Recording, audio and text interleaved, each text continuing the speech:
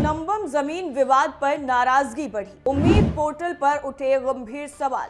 देश के सबसे आखिरी छोर पर बसे राज्य केरलम में राज्य वक्फ बोर्ड ने मुनम्बम में विवादित 404 एकड़ जमीन को केंद्र सरकार के उम्मीद पोर्टल पर चुपचाप रजिस्टर कर लिया है, जिससे जमीन सीधे उसके प्रशासनिक नियंत्रण में आ गई है। और ये घटनाक्रम ऐसे वक्त में सामने आया है जब मामला वक्फ न्यायाधिकरण के सामने विचाराधीन है, जो ये जांच कर रहा है कि क्या ये जमीन वक्फ संपत्ति की श्रेणी में आती है।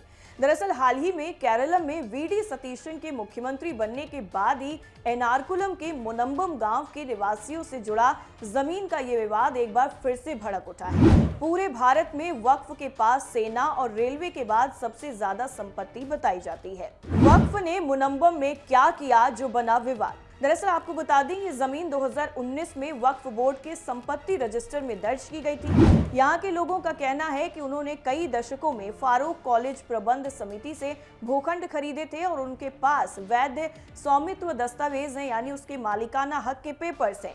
मुनम्बम भूमि संरक्षण परिषद के संयोजक जोसेफ बेनी ने पोर्टल पर पंजीकरण को अवैध गतिविधि बताया है, जिसका उद्देश्य मामले को और ज्यादा कठिन बनाना है। परिषद ने केरलम वक्फ बोर्ड को भंग करने की मांग करते हुए मुख्यमंत्री को ज्ञापन सौंपने का फैसला भी लिया है। क्या है भारत सरकार का उम्मीद पोर्टल? अब जान लीजिए कि ये उम्मीद पोर्टल है क्या। दरअसल unified Waqf management empowerment efficiency and development यानी उम्मीद पोर्टल केंद्रीय अल्पसंख्यक मामलों के मंत्रालय द्वारा भारत भर में वक्फ संपत्तियों के पंजीकरण, वास्तविक समय सत्यापन और निगरानी के लिए शुरू किया गया एक केंद्रीकृत डिजिटल प्लेटफॉर्म है। इस कदम से कैथोलिक चर्च में आक्रोश काफी ज्यादा फैल गया है, जिसने नए मुख्यमंत्री बने वीडी सतीशन पर भी तीखा हमला बोला है।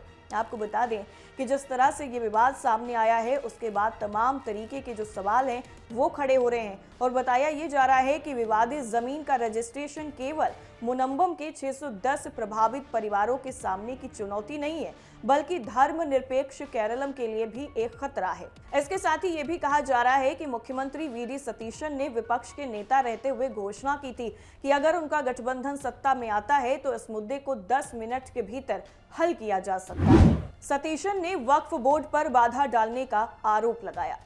इसके साथ ही सीएम सतीशन ने बीते सोमवार को ही पिछली सरकार के कार्यकाल में गठित वक्फ बोर्ड पर यूडीएफ प्रशासन की तरफ से मामले को जल्द से जल्द सुलझाने के प्रयासों को जानबूझकर काफी ज्यादा मुश्किल बनाने और इनको बाधित करने का आरोप लगाया। मुख्यमंत्री ने कहा कि आमतौर पर मुथावल्ली समुदाय को संबंधित वक्फ संपत्ति को उम्मीद पोर्टल पर पंजीकृत करना होता है, लेकिन इस मामले में वक्फ बोर्ड ने खुद पहल की है।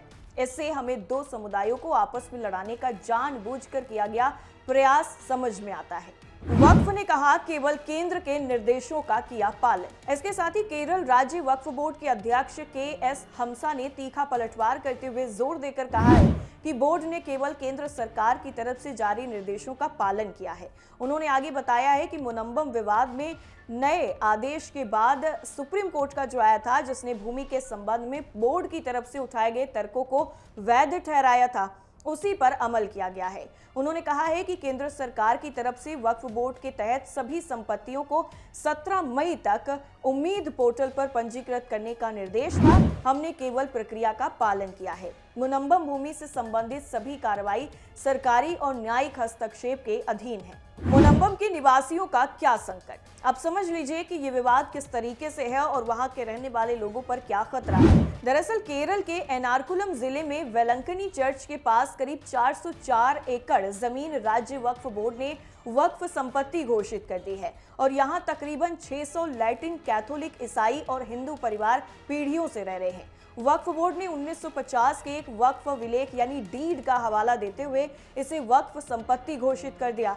इसके बाद इन परिवारों को अपनी जमीन खाली करने के नोटिस मिलने लगे।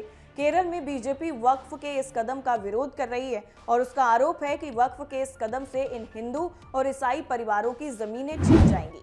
वक्फ के खिलाफ स्थानीय निवासियों और अलग अलग संगठनों में भारी आक्रोश है और इसे लेकर बड़े स्तर पर विरोध प्रदर्शन भी हुए हैं। इसके साथ ही अब ये जो नया विवाद देखने को मिल रहा है, उस पर तमाम तरीके की चर्चाएं हो रही हैं और केरलम की नई सरकार पर भी सवाल उठ रहे हैं। इस पूरी खबर पर आपकी राय क्या है, हमें जरूर बताइए। फिलहाल के लिए इतना ही। नमस्कार।